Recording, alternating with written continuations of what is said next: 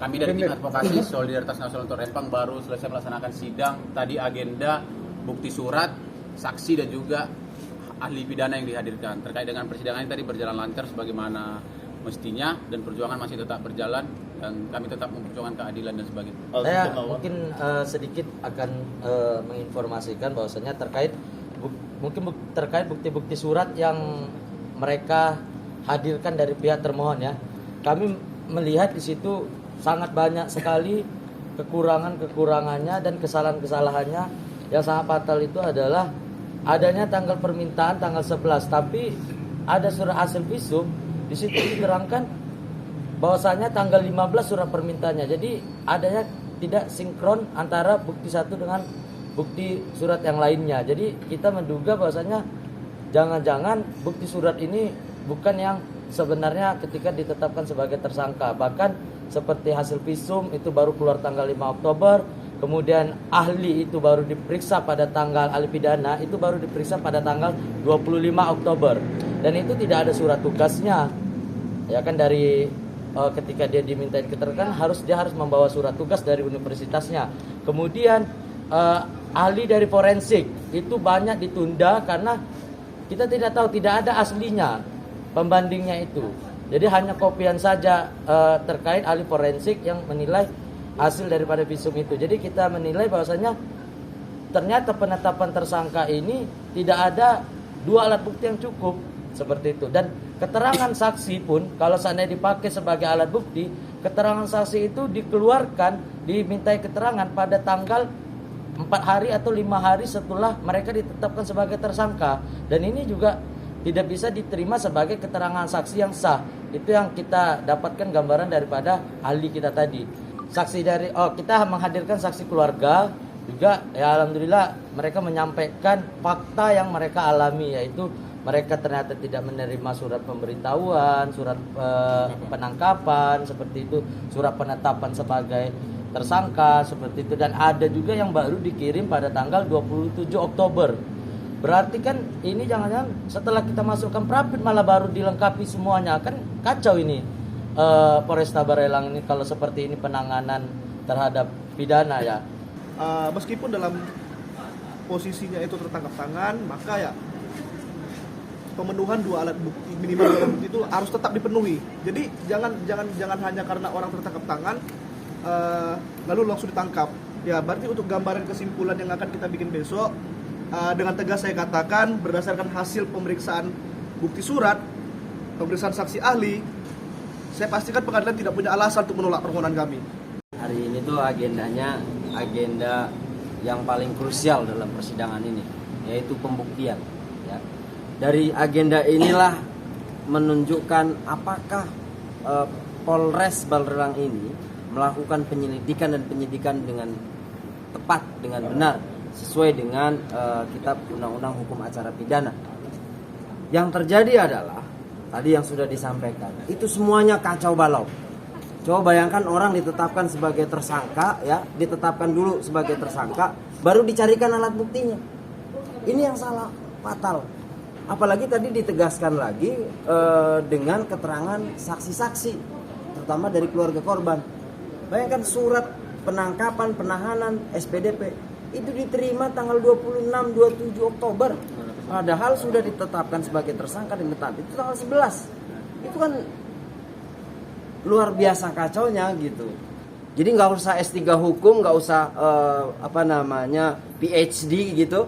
Ini mahasiswa hukum aja sudah ngerti gitu loh.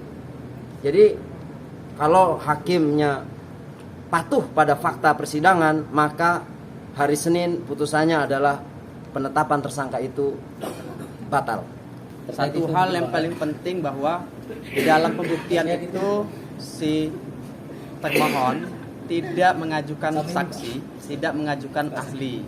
Bahwa artinya dia tidak melakukan pembantahan dalam dalil-dalilnya, saksi tidak ada. Hanya berdasarkan bukti surat dan jawaban mereka.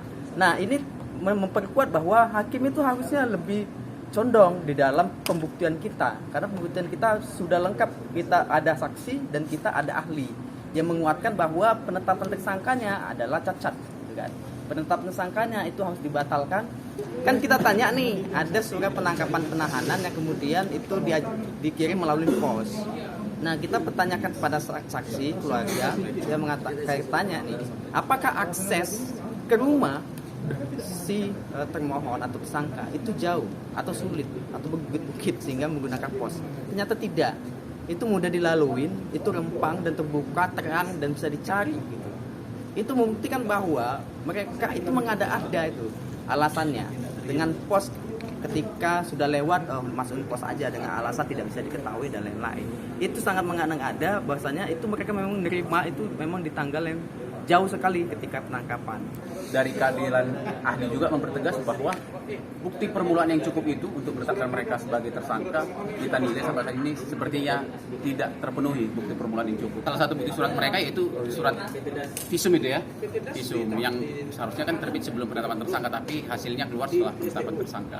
Dan tadi kawan-kawan juga sudah ini menerima kan? Ya, visum. Dan ahli juga. Nah, ada gini gambarannya. Permohonannya dikirim, terus hasil visumnya itu tanggal 5 Oktober. Hasil visum 5 Oktober. Di dalam laporan hasil visum itu ada permohonan permintaan yang tanggal 15. Tetapi di lampiran polisi Polres itu tanggal 11. Padahal di lampirannya si Rumah Sakit Bayangkari itu tanggal 15. Artinya kan ada manipulasi di situ. Manipulatif dokumen. Ya, alhamdulillah saya hadir sebagai ahli hukum pidana atas permintaan kuasa para pemohon terkait dengan proses penetapan para pemohon sebagai tersangka dalam perkara kasus kerusuhan di Rempang. Nah, ini menurut dalil-dalil yang dikemukakan oleh para pemohon, ini penetapan tersangkanya dilakukan secara tidak sah. Nah, saya tidak tahu bagaimana kasus yang sebenarnya karena kita tidak sampai ke sana ya. Saya sebagai ahli hanya menerangkan berdasarkan pendekatan bersifat kategoris.